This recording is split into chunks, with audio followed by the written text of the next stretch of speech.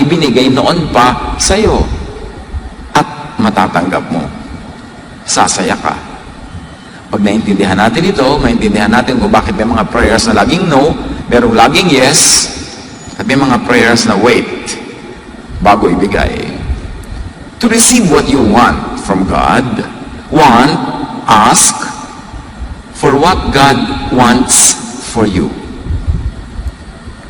Not only for what you want for yourself, not for what you think you want or you like or you deserve, but you should want and ask for what God wants for you. Kasi siya ang Diyos. Siya ang magbibigay. Siya ang sasagot. Kaya mahalaga naman yun, know what God wants for you. How can you ask for what God wants for you when you don't know what God wants for you? And how can you know what God wants for you so you can ask for it? Kasi kahit anong hingin mo, pag ayaw ng Diyos, hindi niya ibibigay. Pag hiningi mo yung gusto niyang ibigay, ibinibigay niya. Merong mga gusto niyang ibigay, pero kailangan hingin mo. Meron naman, hindi mo pa hinihingi, binibigay na. Ephesians 2:10.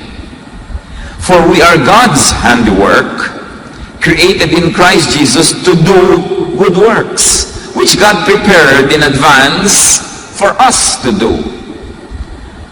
Yung palang lahat ng gagawin nating maganda, therefore makakalugod sa Diyos, hinanda na ng Diyos para sa atin na gagawin natin. Meron na siyang ideya bago pa man tayo isilang kung anong ipapagawa niya sa atin. Marami lang ang buhay na sasayang kasi nakalagitnaan na, naubos na, hindi pa nila ginagawa yung gusto ng Diyos para sa kanila, at ang ipinagpipilitan nila yung gusto lang nila o yung hindi nga nila alam kung anong gusto nila. Tsamba-tsamba na lang buong buhay, hit and miss, hanggang natapos na lang ang earthly life, wala pang nangyari. Each person's best work is predetermined by God. Doon ang tinatawag na predestiny. Not in the details of everyday life, but in the general direction of how your life should be lived. Now, how do you know which and what work is for you, is for me? What God wants for you to do is what God designed you to be able to do. It is what God designed you to love to do. Nagtatanong, ano po bang kalooban ng Diyos para sa akin? Ano bang papel ko sa buhay? Ano bang dapat kong gawin? Anong dapat kong maging profesyon? Anong dapat kong pag-ubusan ng lakas? Ano ba yung kaya mo na likas?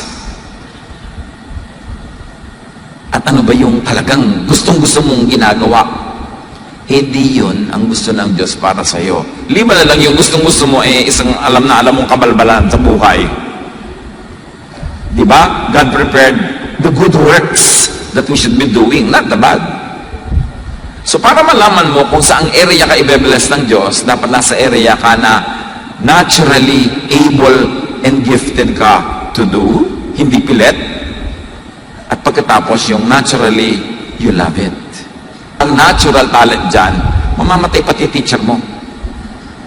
Kailangan may natural, tapos lilinangin mo, i-develop. You know it, you identify it, you learn, you train, you practice. Then you're on the way to do what God has designed you to do. But before you can do that, you have to set yourself free from control of others. Kasi marami ang mga tao na may ideya kung paano ka dapat mabuhay. Unang-una na doon ang mga magulang natin. Dapat ka maging dentista. Dapat ka maging ganito. Kasi ang tita mo meron ng silya, mamamana mo na yun. Magde-dentista po ako dahil lang ang tita ko merong dentist chair. May ideya ang ating mga tita, lahat ng mga nagpapaaral sa atin, tumutulong kung ano dapat mangyari sa buhay natin. You have to be free from that. You have to set yourself free from environmental limits, lalong-lalo ang financial limits. Kaya malaking kalaban ng isang buhay na makulay at masaya at mabunga yung karukhaan, Kasi kung minsan hand-to-mouth existence, survival level, hindi mo na magawa yun talagang gift mo, yung gusto mo, yung enjoy mo. Kasi busy-busy ka lang to make both ends meet. Kaya dapat dumidiskarte para painla rin ang buhay. At huwag tayong magkakamali mga kapatid, iba ang hanap buhay sa buhay. Naghahanap buhay ka para ka lang mabuhay at maipamuhay mo yung tunay mong buhay. Mapalad yung mga, halimbawa, gusto nilang magsayaw, tapos yung pa ang kanilang bukasyon, tapos meron pa silang enough income from it. Aba, maganda yun, kasi yung love mo, yung pa yung hanap buhay mo, yung pa yung buhay mo magkasama. Pero madalas, lalo kung nasa arts yung buhay mo, at sa bansang tulad natin, kailangan may hanap buhay ka pang iba para ka mabuhay, pero huwag kang mamatay na hindi mo na nagawa yung art mo, kasi naghahanap buhay ka lang para mabuhay, at pag buhay ka na, ipapamuhay mo na yung totoo mong buhay. Kaya mapalad yung mga tao na ang kanilang gifting, halimbawa engineering, ang galing-galing nila doon, yun ang gusto nila, enjoy sila, tapos kumikita pa sila ng malaki, yung hanap buhay nila, buhay pa nila, thank God. But this economy, and the economies of many countries, reward certain professions more than others. Kaya kung yung profession mo, nagkataong hindi doon kumikita ng malaki, huwag mo mag-give up para ka lang kumita. Kasi kahit kumita ka ng kumita, naghanap buhay ka lang, tapos namatay ka na, hindi ka nagkaroon ng totoong buhay. So, pinaglalaban mo yun, nagagawa ka ng paraan, didiskarte ka, hahanap ka ng mga pagkakataon na hikita ka para mabuhay, pero may oras ka at panahon para gawin mo yung tunay na giftings mo, kasi doon ka mag-excel. When you are on track, when you're on the way to what God wants you to do, that's when God will provide. Marami mga tao, meron silang bulag na pananalig sa God will provide, na kahit kailan na lang, kahit saan God will provide. It's not always happening. Meron lang provision for your survival, but not for your well-being, not for your fruitfulness, and not for your satisfaction. Because the provision of God is laid on the path that He has designed for you. Kung nung ikaw ay pinaglilihipan ng iyong ina, nililikha ka pa lang ng Diyos, binigyan ka ng ganito mga gifting, therefore dinetermine niya kung ano dapat ng papel mo sa buhay, sinulatan at dinrawingan ka ng landas na generally doon ka dadaan, doon siya nag-iwan ng mga blessing na habang naglalakad ka doon, isa-isa mong nakikita. That's when God provides, when you live according to God's will. And living according to God's will is not always about morality. It's not always about personal righteousness. It is living according to the design that God made of you and for you. So early on in life, itatanong mo agad, am I moving in the path that God wanted me to do? Kaya sa mga ibang eskwelahan, lalo sa high school, meron silang binibigay na aptitude test bago ka mag-college. Tinitingnan ko anong kurso ang pinakabagay sa talent mo. Binibigyan ka ng guidance para hanggat maaari, doon ka mag-aaral kasi doon ka mag-excel. Yan ang gift mo eh. At hindi lang yan na-discover ng mga psychologists. Sinabi na yan ng Bible noon pa. Do what you were designed to do. Mga magulang, bilang magulang, ang ating number one tungkulin ay hindi diktahan ng mga anak natin kung anong buhay dapat magkaroon sila, kundi turuan at tulungan natin silang madiskubre kung ano ba ang calling, ano ang gifting sa kanila ng Diyos, at tulungan natin silang doon sa landas na yun tumahak. Romans 1:20, God's eternal power and character cannot be seen, but from the beginning of creation, God has shown what these are like by all He has made. So God reveals His character by His creation. Make it personal. God reveals His will for you by looking at you, how you were made, how you were created. Then you will know God's intentions for you. A person's make shows God's intention and will and should determine function. Paano ka ba nilikha? Sa church, iba-iba ang inilalagay ng Diyos sa mga tao na iba-iba ang talent para kumpleto ang rekado ng church. Ganon din sa pamilya. Paano ka ba nilikha? Kaya iba-iba ang papel natin sa pamilya, hindi magkakamukha. May ibang papel doon na malakas kumita, mayroong ibang papel na dahil sa kaugalian ng ating lipunan, hindi masyadong malakas pagkakitaan, pero kailangan ka rin ng pamilya mo to do that para yung pamilya niyo buo. kumpleto. Sa mag-asawa, mayroong isa sa inyo probably na ang hanap buhay mas nakakapag-uwi ng pera, pero hindi ibig sabihin na yun ang mas mahalaga. Kasi yung galing at husay itong kabila na hindi masyadong may economic power, yun na siguro ang nagbibigay naman ng soul, ng life, ng color sa inyong family life. So pareho yung mahalaga. Job 38:33, do you know the laws that govern the heavens? Magandang tanong. Alam mo ba mga umiiral na batas ng sangkalangitan, ng sansinukob? Kasi meron. Hindi tayo aksidente. We are creations of God. And the Creator has something in mind, what He likes to do with the creation, and therefore the God that determines that designs you according to that intention of the Maker. Hindi tayo dapat mag-isang basta-basta na lang sumusugod sa gusto natin gawin. Lagi natin isinasaalang-alang, ano ba ang gusto ng Diyos na mangyari sa akin? At paano ko malalaman yun? Titingnan ko ang aking likas na galing, ang husay, ang hilig ko. Kasi ba't inilagay yun ng Diyos doon? Definitely, yun ang gusto niyang papilin ko sa buhay. Psalm 104 verse 5, you build foundations of the earth, and it will never be shaken. It is only telling us that when the Lord builds, when the Lord designs, meron yung eternal purpose and eternal power that can never be changed. Jeremiah 13:23, can an Ethiopian change his skin? Or a leopard its spots? Obvious answer is no. Diyos ang lumikha sa lahat. Kung ang Ethiopian ay black yung skin, huwag mong piliting ibabad yan sa hydrogen peroxide para pumuti. Nakakalapnos-lapnos tuloy sa pagpapaputi. Iba-iba ang kulay ng mga tao. Diyos ang may likha. Kaya nang gino-glorify ko minsan yung certain color. Halimbawa, sa world politics and world economy, kung ang mga makapangyarihan ng mga taong puti, ang standard ng beauty ay puti. Pero kung nagpapaandar ng buong mundo, halimbawa ay mga maiitim, yun ang standard ng beauty. Kaya kung ang puti-puti mo, inferior na inferior ko, nakakaya naman ako, puti-puti ko. Puti pa yung pinsa ko, ang itim-itim. Pero dahil nai-influensya tayo, maging ng relihiyon, kasi may mga imahe ng mga puo na puro puti. Tapos ang imahe ng demonyo, maitim. Ay, makaka-inferior ka nga. Tapos yung kulot-kulot pa. Hindi kung kulot-kulot ka, gusto mong ipatuwid yung buhok mo ngayon. Kasi yun ang standard kung ano dapat ang magandang buhok. Inuulol lang tayo ng advertising. Yung mga factory ng mga pampaganda ng pampamakeup, siyempre nagpuproduce sila ng pampaputi. Huwag mo malagay sila ng mga modelong puro papuputi para tularan mo dahil para bilhin mo ang product nila. Huwag kayong pauto sa advertising. Lahat tayo magaganda.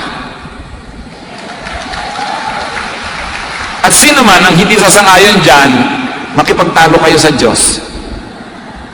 Dahil siya lumikha sa atin eh. May purpose ka. Paano po ako, pastor? Isa po akong lalaking hindi katangkaran. Aba, lagi kang matatanggap sa Navy, lalo sa mga U-boat, yung mga submarine. Kasi hindi pwede doon na matatangkad na uuntog lagi. May hanap buhay na pang sayo. Di ba? Merong pang kanya. Iba-iba. Ang point lang ito isinisiksik mo ba ang sarili mo doon sa hindi ka naman ginawa ng Diyos para doon? Kaya ka nagmumukhang second class. Kaya ka nagmumukhang third class. Kasi wala ka sa tamang lugar. Live by the talents God gave you.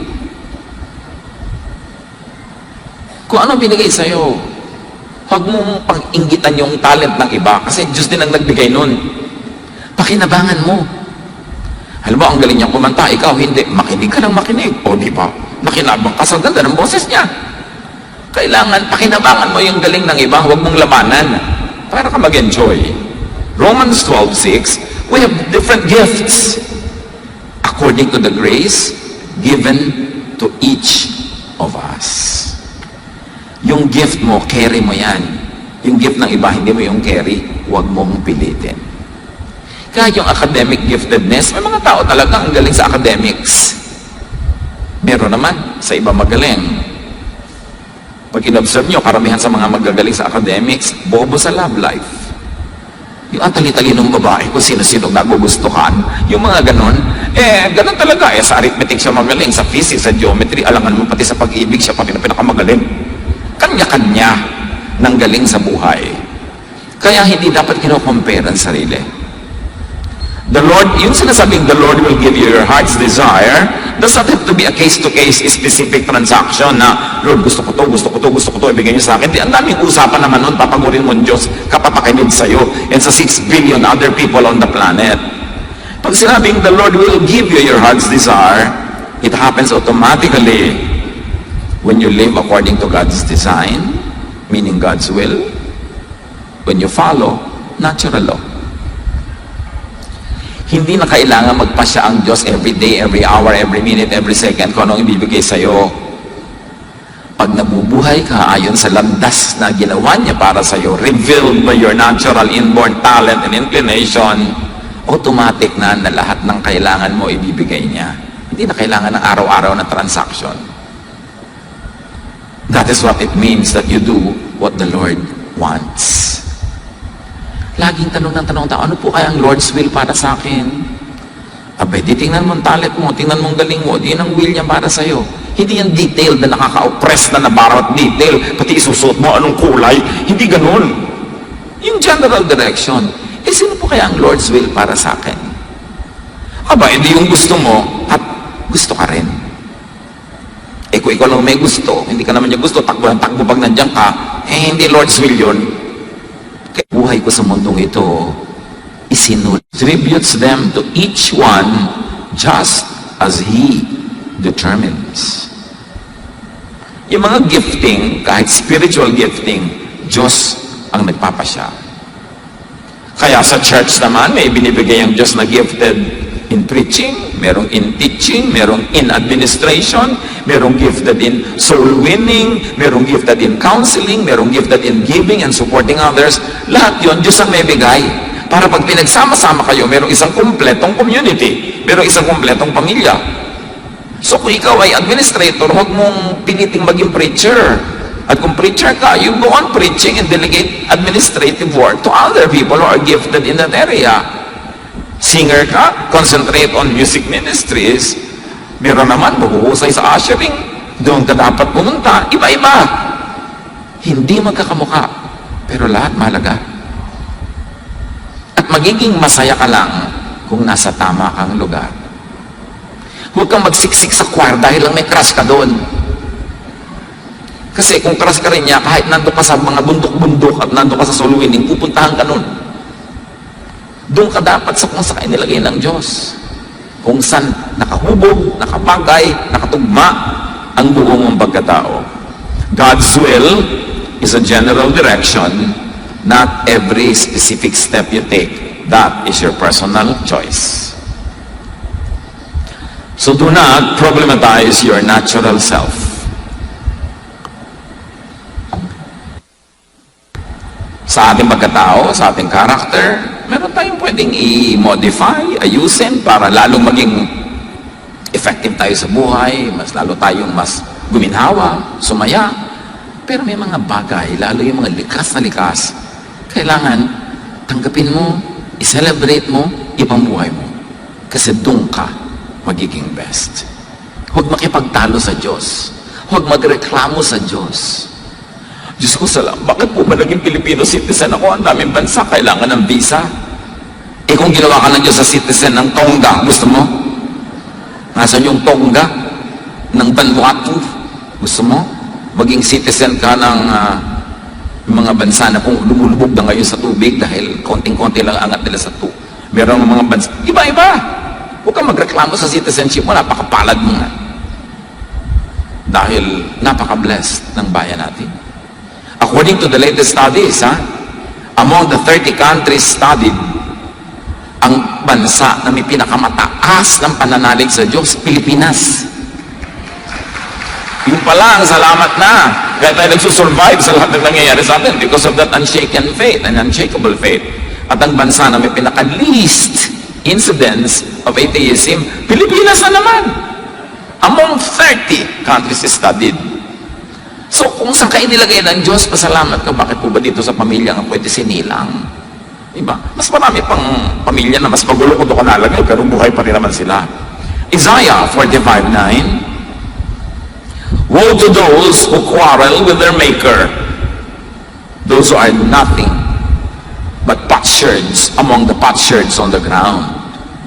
Does the clay say to the potter, what are you making? Does your word say, the potter has no hands? Kung ikaw daw ay palayok na nililikha nung gumagawa ng palayok, nagreklamo ka ba sa kanya? Bakit ganyan ginagawa mo sa akin? Bakit ganyan ang korte ko? Ba't wala akong tangkay? Ganon, puti ka lang, hayaan mo yung maker na gumawa sa'yo. Huwag ka magreklamo dyan. 1 Peter 4:10, each of you should use whatever gift you have received. So do not problematize other people's natural selves. Pastor, ba't kaya yung anak ko ganito? Ibang-iba naman ang inaasahan ko. Bakit gano'n noon? Ako, bakit big ba ang anak mo? Hindi naman po. Kambing ba? Hindi po. Tao? Iba eh. Tao ka, tao yung anak mo. Iba-iba talaga ang tao. Hindi magkakamukha. Kung pilitin na yung anak mo magswak sa mga ini-imagine mo kung dapat kung ano yung anak mo. Kung magpakananay ka na lang. Kasi ikaw ang pinagbigyan ng ganyang anak. Ibig sabihin, gift yan sa'yo ng Diyos. Gift po. Tingnan mong mabuti para ma-realize mo, pero huwag mong ipilit yung gusto mo. Tingnan mo ang kanyang karakter. Marami nga mga anak, sila itinatakwil-takwil, kinakawakuwawa ng bata, pagtanda ng magulang, yun ang nag-aalaga eh. Maraming ganun. So tingnan mo kung anong mabuti sa bawat isa, and do not change people according to your fantasy. Because if you're only using me to fit your fantasy, you're really not in love, so let me go. Ay parang Karen Carpenter, ano? Huwag ganon, kahit kayo may mga nobya, pinipilit na mag-sweet kayo sa fantasy niya. Yung nobyo niyo, gusto niya, buhok mo yung hanggang tuhod. So, ikaw magpahaba. Ito, wig. Pakasalan mo yung wig. Bakit mo ko pinipilit mag-swak sa gusto mo? Kung ayaw mo sa akin, sorry na lang, we both lose. But I will not change to suit your fantasy. Dapat ganon. Yung ginagalang ka, ina-accept ka, hindi pinipilit kang ibahin. Why go with somebody who wants to change you to suit his or her fantasy? It's going to be stressful. At pag ihiwalay nila kayo bukas, di ngayon na, para makamove on ka na ngayon, mas maaga. Help others develop and live by their God-given talents and nature. Lalo magulang ka, kapatid ka, kaibigan ka, huwag mong kontrahin yung nature ng tao, turuan mo siya how to develop it in the best possible way. Do not force others or yourself to change beyond your natural self.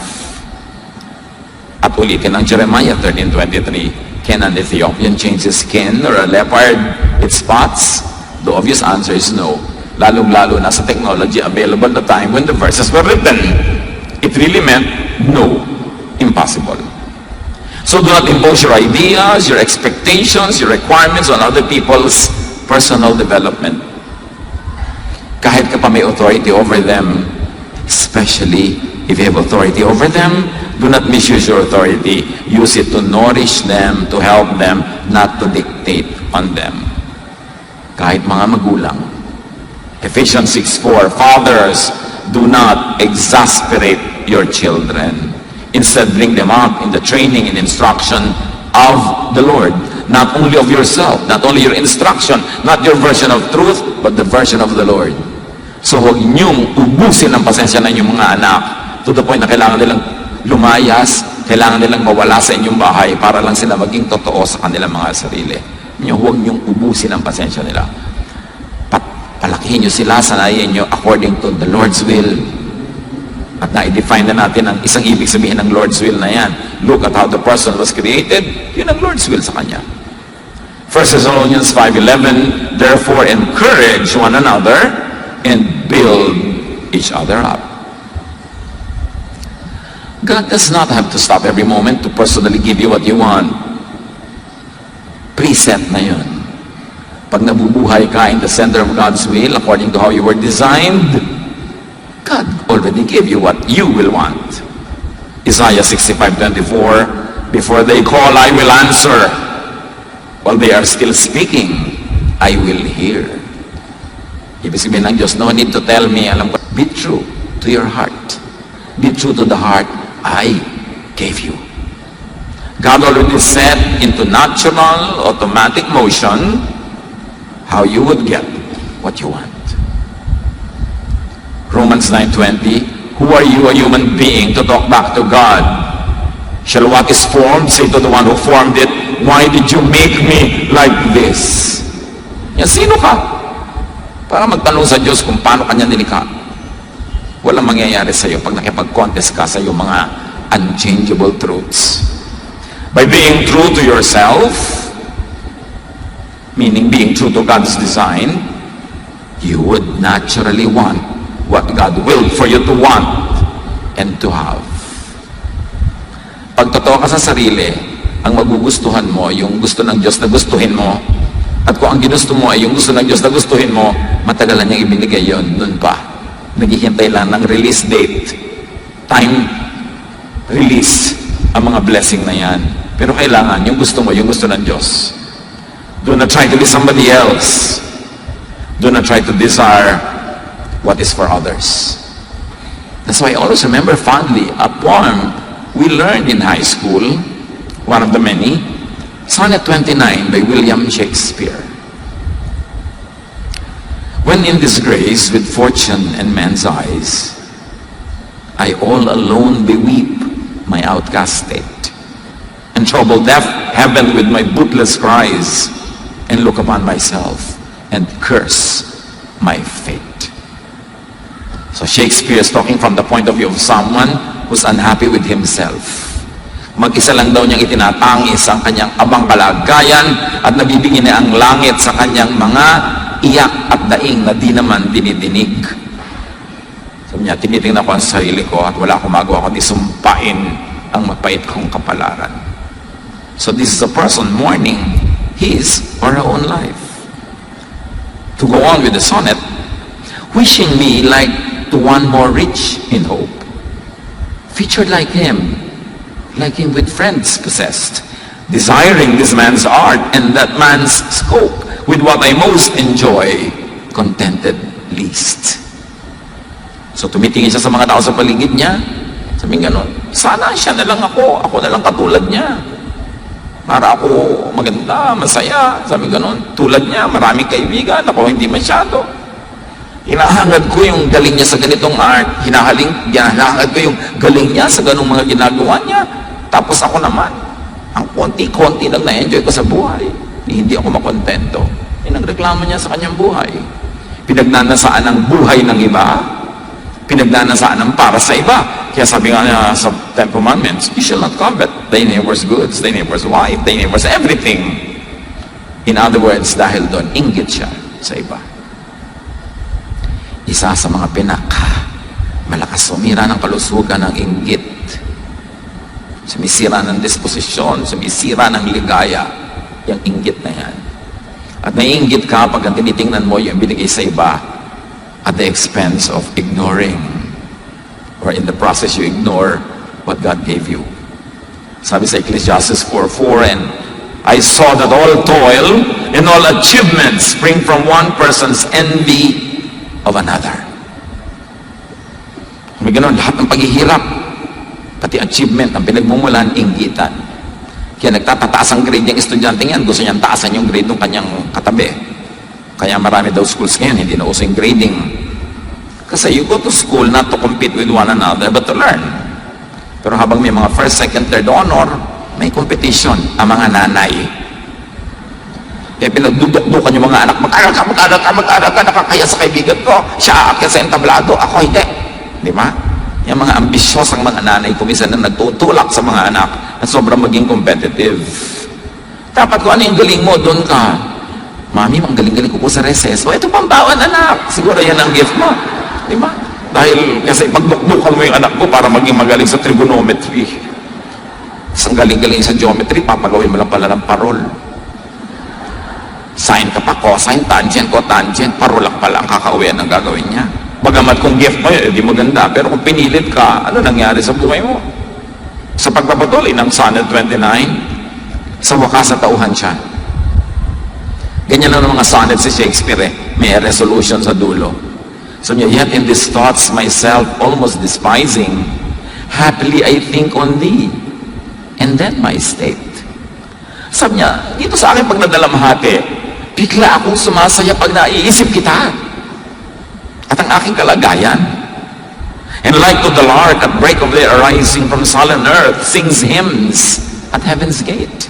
At nagmumukha ko sang ibong umaawit sa ibabaw ng tore ng simbahan sa umagang umaga, biglang ang saya-saya ko, for thy sweet love remembered such wealth brings, that then I scorn to change my state with kings. Pag naaalala ko ang pag-ibig mo, ang mga text mo na, kumain ka na ba? Magkaroon, hindi ko ipagpapalit ang buhay ko kahit kaninong mayaman o makapangyarihan. Sasaya ka pag naisip mo ko ano yung meron ka na tunay mong ikinaliligaya. Knowing, appreciating what one has, gives wealth and happiness. At I'm sure kayong lahat na memorize nyo rin ang Sonnet 29 noon. O absent kayo nang ituro yun. Ay, ganun pala yung Sonnet 29. Kaya maganda yung mga nag-aaral tayo ng poetry. Kasi kung baka bundok-bundok ng mga ideya na sisiksik sa konting salita ng magagaling na mga makata. So the first order of business is to know who you are per God's design. Then you will know who you should be. 1 Corinthians 15:10, but by the grace of God, I am what I am. And His grace to me was not without effect. May talab ang grasya sa akin ng Diyos. Ako ay ako, at ang grasya ng Diyos ay sapat para panindigan ko yan at para maging makabuluhan ang buhay ko, being I am who I am. Psalm 139:13, for you, not others, not me, you created my inmost being. You knit me together in my mother's womb. The first order of business is to know what you really want and to work for it, to work alongside it. Jeremiah 29:11-12, sabi ng Diyos, I know the plans I have for you. Plans to prosper you and not to harm you. Plans to give you hope in a future. Then you will call on me and come and pray to me, and I will listen to you. Come to me, ask about my plans for you, because I know the plans, and I will listen to you. Live according to my plans for you. 1 Corinthians 2:9, what God has planned for people who love Him is more than eyes have seen or ears have heard. It has never even entered our minds. Alam niyo ba kung anong plano ng Diyos sa umiibig sa Kanya, sa sumusunod sa Kanyang kalooban, sa nabubuhay according to design? Ganon? Higit pa sa lahat ng nakita nyo na. Higit pa sa lahat ng narinig nyo na. Sa katotohanan, ni hindi sumagi sa inyong guni-guni ang kadakilaan, kagandahan ng gustong ibigay sa inyo ng Diyos. So dapat yun ang hanapin ninyo. Know what God wants for you. Ask for and live by what God wills for you. And receive all of it. Plus. Hindi bagay sa mga anak ng Diyos na nagrereklamo, maralita, hindi masaya sa buhay niya, mamamatay na lang, hindi pa sumasaya, hindi bagay yon. Pero una nating hanapin, ano ba ang kalooban sa akin ng Diyos according to how I was made? Doon ako mamumuhay, paninindigan ko yon, lilinangin ko yon, and I will receive blessings I have never even imagined. Dear God, we thank you for the beautiful plans you have for each one of us. Teach us to be faithful to you, our Creator, our Maker. Teach us, Lord, to appreciate you as Creator and to appreciate the creation as well, including ourselves. At nawa maging